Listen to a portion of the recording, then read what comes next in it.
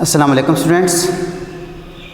I am Abdul Hussain, your mathematics teacher. इससे पहले हमने चैप्टर नंबर 2 जो कि डेरिवेटिव का था कंप्लीट कर लिया है। अब इसके बाद जो डेरिवेटिव का रिवर्स है, इसका उल्ट प्रोसेस है, जिसको हम एंटी डेरिवेटिव का नाम देते हैं। जो एंटी डेरिवेटिव है वो इंटीग्रेशन उसको कहा जाता है, which is said to be a integration, और वो इंटीग्रेशन चैप्टर नंबर 5 में है। इसलिए हम चैप्टर नंबर 2 के बाद चैप्टर नंबर 5 स्टार्ट करेंगे, ताकि डेरिवेटिव का जो रिवर्स है इंटीग्रेशन, इसको एक साथ मिलाकर सॉल्व करें। हमने डेरिवेटिव के तमाम फार्मूले याद रखने होंगे। वो तमाम के तमाम फार्मूले इंटीग्रेशन के अंदर यूज़ होंगे। फॉर एग्ज़ाम्पल, अगर हम कहते हैं कि साइन ऑफ एक्स का डेरिवेटिव कॉस ऑफ एक्स है, तो फिर जिस वक्त इंटीग्रेशन की बारी होगी तो फिर integration of cos of x को साइन ऑफ एक्स का नाम देंगे। इसका मतलब ये हुआ कि अगर हमें डेरिवेटिव के फार्मूले याद नहीं हैं तो हम इंटीग्रेशन नहीं कर सकते। इसलिए स्टूडेंट्स, आप लोगों ने डेरिवेटिव के तमाम फार्मूले दोबारा से रिवाइज करने होंगे, ताकि हम उसका जो रिवर्स प्रोसेस है इंटीग्रेशन का, हम उसको इजीली कर सकें। इसके अपने भी बेसिक फार्मूले होंगे, लेकिन आप लोगों ने ये फार्मूले जो डेरिवेटिव के हैं, ये फार्मूले हर सूरत में तैयार करने होंगे। अगर किसी स्टूडेंट्स की चैप्टर नंबर 2 के अंदर कोई कमी है तो उसने सबसे पहले चैप्टर नंबर 2 को रिवाइज करना होगा, ताकि वो चैप्टर नंबर 5 को इजीली कर सके। यही चैप्टर नंबर 2 और चैप्टर नंबर 5 दोनों को अगर आपस में मिला दें तो ये आपका अप्रोक्सीमेटली जो पेपर का परसेंटेज में आता है, 65 से 70% पेपर आपका इस डेरिवेटिव और इंटीग्रेशन के टॉपिक से रिलेटेड होता है। मैं ये नहीं कहता कि सारा चैप्टर नंबर 2 और चैप्टर नंबर 5 से आएगा। वो 1 से भी हो सकता है, 3 से भी हो सकता है, 4 से भी हो सकता है, 9 से भी हो सकता है, 10 से भी हो सकता है, लेकिन टॉपिक हमारे पास यही होंगे। Now come to the chapter number 5। Chapter number 5 is integration, anti derivative और इंटीग्रेशन। नाउ एंटी डेरिवेटिव नाम से हमें पता चल जाता है कि ये डेरिवेटिव का रिवर्स प्रोसेस है। Now what is the definition of integration? Basic definition तो मैं आपको यही कहूँगा कि integration is the anti derivative, reverse of derivative is said to be a integration. लेकिन इसके अलावा अगर हम किसी भी फंक्शन की इंटीग्रेशन कैलकुलेट करते हैं और वो इंटीग्रेशन f ऑफ x उस वक़्त होगी जिस वक़्त ये f prime of x f of x के इक्वल होगा और ये a से b तक इंटरवल जो पॉइंट का मौजूद है इसके अंदर एग्जिस्ट करे। मतलब ये कि इंटीग्रेशन के लिए हमारे पास 2 टाइप की होती है, एक है डेफिनेट और एक है इनडेफिनेट। तो सबसे पहले हम इनडेफिनेट इंटीग्रेशन करेंगे, मतलब सिंपल इंटीग्रेशन करेंगे, उसमें इंटरवल नहीं लेंगे। लेकिन अगर किसी भी इंटरवल के अंदर कोई भी f प्राइम ऑफ x जो कि f ऑफ x है एग्जिस्ट नहीं करता, तो इसका मतलब ये होगा कि उसकी integration capital F of x नहीं है। नाउ मैंने पहले कहा एंटी डेरिवेटिव। फॉर एग्जांपल, मैं ये कहता हूँ कि D by d x of x square, तो आप कहते हैं ये 2x है। अगर एक्स स्क्वायर का डेरिवेटिव 2x है तो फिर anti derivative of 2x will become x square.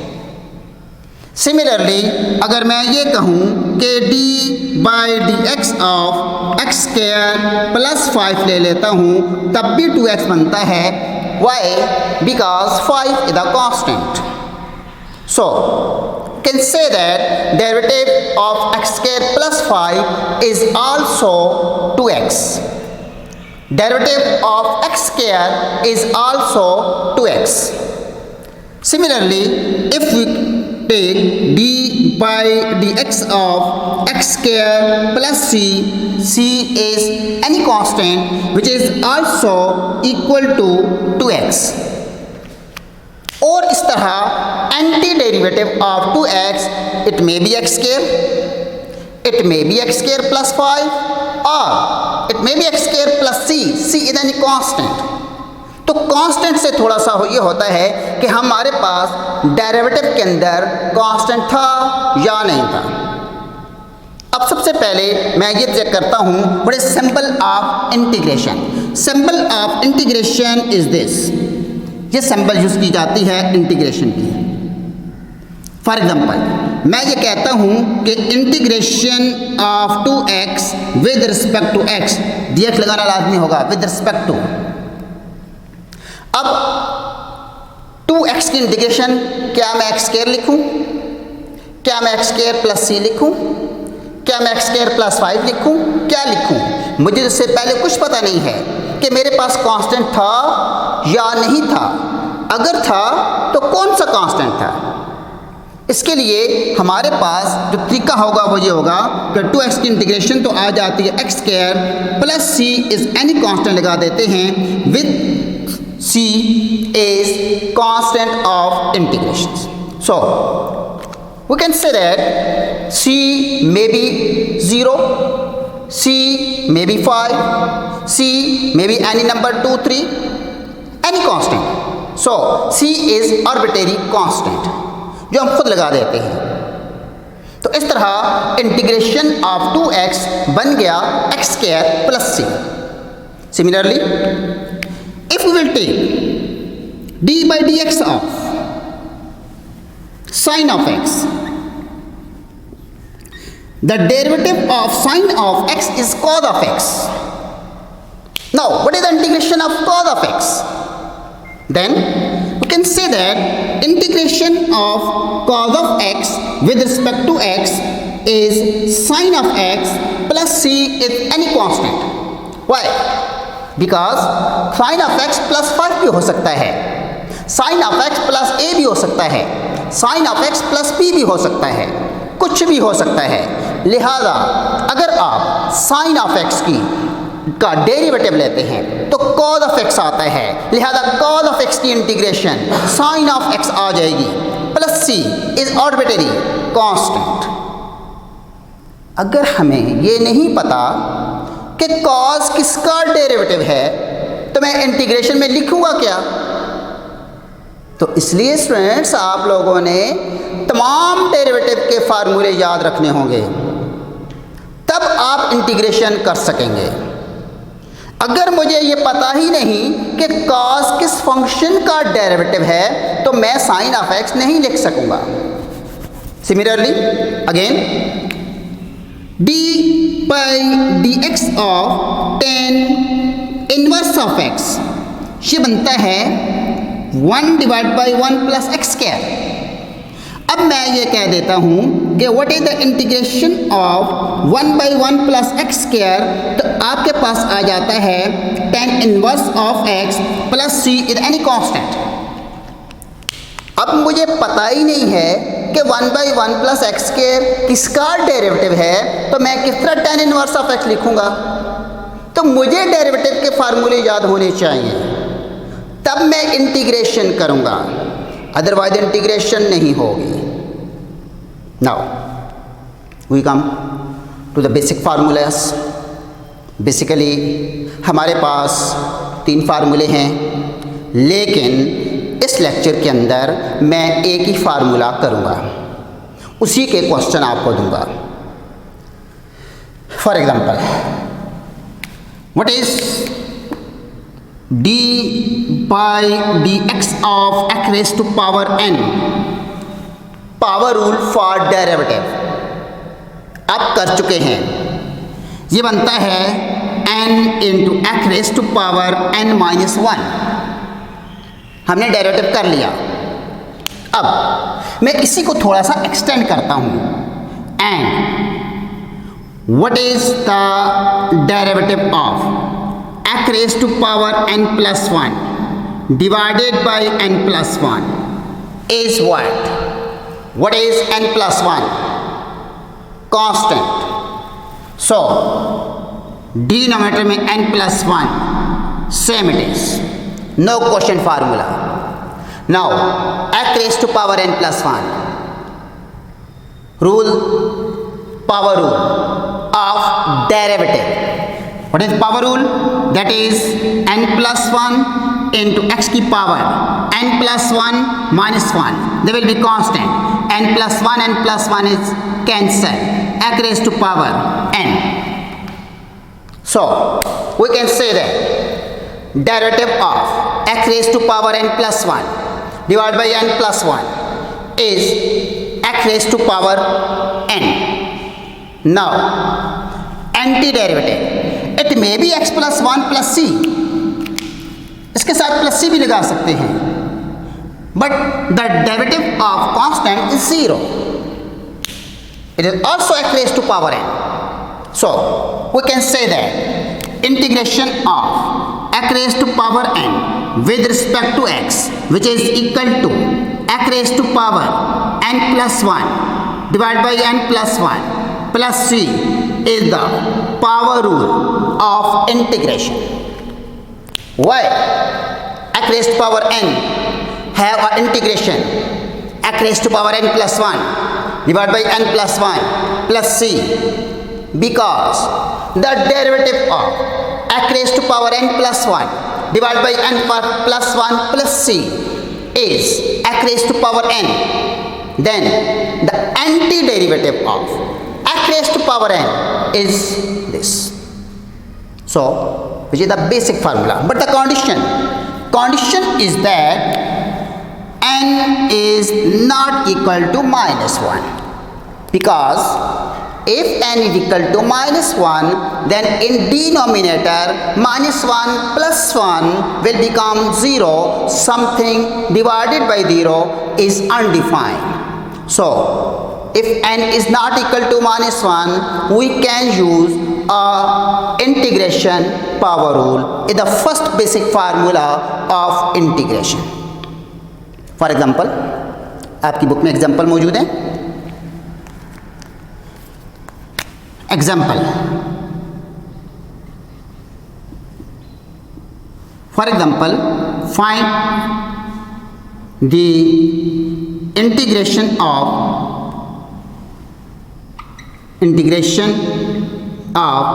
x raised to power 1 by 3 with respect to x. या ये क्वेश्चन ये हो सकता है, evaluate integration of x raised to power 1 by 3 into dx. ये इंटीग्रेशन मैंने वर्ड्स में लिखी है और ये इंटीग्रेशन मैंने सिंबॉलिकली लिखी है। ये भी कहा जा सकता है और इस तरह भी लिखा जा सकता है। ये हो या ये हो, एक ही बात होगी। Now we have to find the integration of this. What is given? In this case given आ गया हमारे पास integration of x raise power 1 by 3 into dx to find integration. Next formula use कर लेते हैं। कौन सा फार्मूला होगा? Integration of x raise to power n into dx is equal to x raised to power n plus 1 divided by n plus 1 plus c, and n is not equal to minus 1. In this case, we are to find the integration of this function by using this formula. Now, calculation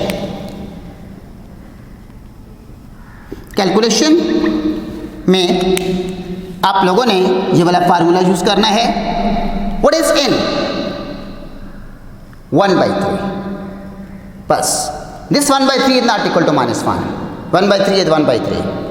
So integration of x raised to power 1/3 into dx, which is equal to x raised to power 1/3 plus 1 divided by 1/3 plus 1 plus c. That is, it will become, which is equal to x raised to power, LCM लेकर add करेंगे, denominator में 3 आ गया, 1 plus 3 divided by LCM लेंगे 3 आ गया, 1 plus 3 plus c. What is x raised to power 4/3 divided by 4/3 plus c. इस 4/3 को ऊपर ले जाएंगे, ये बन जाएगा 3/4 into x raised to power 4/3 plus c is the integration of x raised to power 1/3 with respect to x is the required result. इस तरह x raised to power 1/3 की जो इंटीग्रेशन आती है 3/4 x raised to power 4/3 plus c. अब मुझे किस तरह पता चलेगा कि ये आंसर ठीक है? इसके लिए मैं वेरिफिकेशन ले लेता हूं.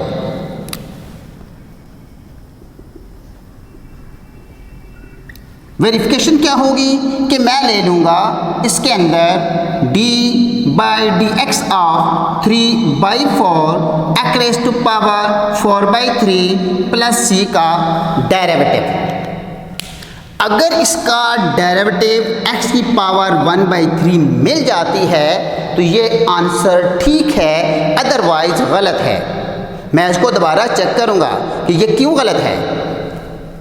Now which is equal to 3/4 is constant, power rule, derivative का 4/3 x की पावर 4/3 माइनस 1, कांस्टेंट का 0, कैंसिल 4/3 माइनस 1, एलसीएम लेकर सब्ट्रैक्ट करें, it will become 1/3. It is verified. That is integration of x की पावर 1/3 इज दिस. ये ठीक है. अगर ये डेरिवेटिव इसका ये फंक्शन ना आता तो ये आंसर इसका गलत था, लिहाजा इट इज़ करेक्ट. मैंने इसको वेरीफाई भी कर दिया. Now any other example we will take. Again example ले लेते हैं, उसके बाद क्वेश्चन लेंगे. Question is that evaluate integration of 2x 4 plus x की power 5. Example is that 5x square plus 4x plus 2 dx. Formula कौन सा यूज करेंगे? जाहिर है कि सारे के सारे सिंपल फंक्शन है. Integration of x raise to power n dx, x की power n plus 1 divide by n plus 1 plus c, but n is not equal to -1. So we will take only calculation. What is calculation? Calculation के अंदर integration of 5x square plus 4x plus 2 dx, तीनों की अलग अलग integrations. Integration of 5x square plus 4 plus integration of 4x, dx भी साथ लगाएंगे, dx plus integration of 2 into dx, that is 5 बाहर आ जाएगा, एक्स स्क्वायर dx 4 बाहर आ जाएगा, x dx 2 बाहर आ जाएगा, 1 dx x square, this formula 5 x की power 2 plus 1 divide by 2 plus 1, इसकी पावर 1 है, 1 plus 1 1 plus 1 plus 2, derivative of x 1, then integration of 1 x। दूसरी बात, ये d is derivative which is integration, ये दोनों एक दूसरे को कैंसिल करेंगे, x बच जाएगा, तो ये बन जाता है 2 into x, c is any constant, एक ही कांस्टेंट लगाना है, सब के साथ अलग अलग कांस्टेंट नहीं लगाना है, that is 5 x cube divide by 3 plus 4 x square divide by 2 plus 2x plus c, ये 2 कैंसिल हो जाएगा, 5/3 x cube plus 2 x square plus 2x plus c, इधर रिक्वायर्ड रिजल्ट, ये हमारे पास आ जाता है इसका रिजल्ट। 2 3 4 जितने भी प्लस माइनस में फंक्शन है, इन तमाम प्लस माइनस में फंक्शंस के लिए जितने भी फंक्शंस हैं प्लस और माइनस में, तमाम की अलग अलग इंटीग्रेशन ले लेंगे। आगे चलकर वो जो फंक्शंस होंगे उनकी इंटीग्रेशन के लिए जो रूल अप्लाई होगा कर लेंगे। ये रूल जस्ट प्लस और माइनस के लिए होगा, मल्टीप्लाई के लिए ये रूल नहीं है। ओनली प्लस माइनस में अलग अलग इंटीग्रेशन, कांस्टेंट के लिए कांस्टेंट बाहर रख ले लेंगे, अंदर 1 बच जाएगा। जिस तरह x का डेरिवेटिव 1 है विद रिस्पेक्ट टू x, तो 1 की इंटीग्रेशन x हो जाएगी, या इंटीग्रेशन और डेरिवेटिव एक दूसरे को कैंसिल करेंगे, x बच जाएगा। नाउ ये दोनों एग्जांपल्स, ये एग्जांपल बच गई है, इसको भी मैं कर लेता हूँ। Integration of 1/x cube, that is next third we will take, direct ले लेता हूँ, integration of 1/x cube dx। मैंने आपको x raised to power n nominator में कहा है, डिनोमिनेटर में नहीं कहा, लिहाजा इसको ऊपर ले जाएंगे, पावर -3 बन जाएगी, ठीक हो गया। अब ये जो पावर है वो -3 है, -1 तो नहीं है, लिहाजा पावर रूल अप्लाई कर सकते हैं। Then it will become x raised to power -3 plus 1 divide by -3 plus 1 plus c, that is x -2 divide by -2 plus c। कभी भी आपके आंसर के अंदर, लास्ट रिजल्ट के अंदर पावर नेगेटिव नहीं होनी चाहिए, लिहाजा इसको नीचे ले जाएंगे, बेशक ये माइनस ऊपर चला जाएगा, it will become -1 divide by 2x square plus c is the suitable answer. So integration of 1/x cube is -1/2x square. Verification भी कर सकते हैं, अगर कहा जाएगा तो करनी है, नहीं कहा गया तो बेशक छोड़ दें। लेकिन अगर आपको किसी भी क्वेश्चन के आंसर में कुछ डाउट है तो फिर आप डेरिवेटिव इसका लेकर चेक कर लो, क्या ये फंक्शन बनता है या नहीं बनता, नहीं डाउट छोड़ दो, लेकिन अगर कहा गया है तो करनी होगी। नाउ एक्सरसाइज 5.1 क्वेश्चन नंबर 1, 100% तमाम के तमाम क्वेश्चनों के अंदर ये एक ही सिंगल फार्मूला यूज़ होगा। तमाम क्वेश्चन के अंदर बाज़ में डायरेक्ट यूज़ होगा और बाज़ में आफ्टर सिंप्लीफिकेशन यूज़ होगा। फॉर एग्जांपल मैं इसका अगर सी पार्ट ले लेता हूँ, integration of 2x4 plus x की पावर -2/3 माइनस एक्स की पावर 5/3 dx, सबके अलग अलग इंटीग्रेशन ले लें, y प्लस माइनस, लिहाजा सबके 2 कांस्टेंट बाहर रख लें।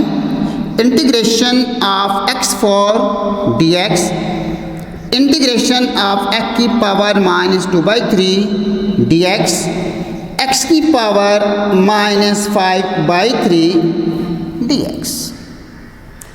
इस पर यही पावर रूल अप्लाई करके x की power n+1 divide by n+1 plus c का फार्मूला यूज़ करके तमाम की अलग अलग इंटीग्रेशन ले सकते हैं। लिहाजा इसकी जो इंटीग्रेशन बनेगी दैट इज़ 2 इंटू एक्स की पावर 4+1 डिवाइड बाई 4+1, एक्स की power -2/3 + 1 divide by -2/3 + 1 minus x की power -5/3 + 1 -5/3 + 1 plus c is constant, that is 2x5 divide by 5, LCM लेकर ऐड करेंगे 1/3 डिवाइड बाई 1/3, एक्स की पावर एलसीएम लेकर add करेंगे -2/3 divide by -2/3 plus c, यह आ जाएगा 2 divide by 5 x5, ये आ जाएगा 3 divide by 1 that is only 3, x की पावर 1/3 माइनस माइनस प्लस पर चला जाएगा 3/2, इसको नीचे ले जाएं, एक्स की पावर 2/3 प्लस c, इधर record answer. So integration of 2x4 plus x की पावर -2/3 माइनस एक्स की पावर -5/3 dx, पहले दो के अंदर प्लस का साइन है, नेक्स्ट माइनस का साइन है, प्लस या माइनस जो भी होगा, हम तमाम के तमाम फंक्शंस की अलग अलग इंटीग्रेशंस ले सकते हैं। कांस्टेंट को बाहर शिफ्ट करेंगे, अंदर फंक्शन x⁴n की फॉर्म में है, x⁴n की फॉर्म के लिए हम डायरेक्ट x की power n+1 divide by n+1 plus c का फार्मूला यूज़ कर लेंगे। तमाम में फार्मूला यूज़ किया और ये इंटीग्रेशन हमारे पास बन गई। इसी तरह अगर कहीं स्क्वायर है, मल्टीप्लाई है और कोई भी हमारे पास दूसरा फंक्शन मौजूद है तो फिर आप लोगों ने सबसे पहले सिंप्लीफाई करना होगा, अगर पॉसिबल है तो।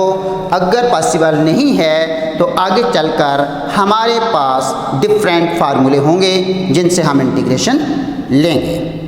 अब स्टूडेंट्स, आपका चैप्टर नंबर 5 का 5.1 में क्वेश्चन नंबर 1 के तमाम फार्मूले, तमाम के तमाम क्वेश्चंस आप लोगों ने सॉल्व करने हैं और इसके अंदर एक ही फार्मूला यूज़ हो जाएगा।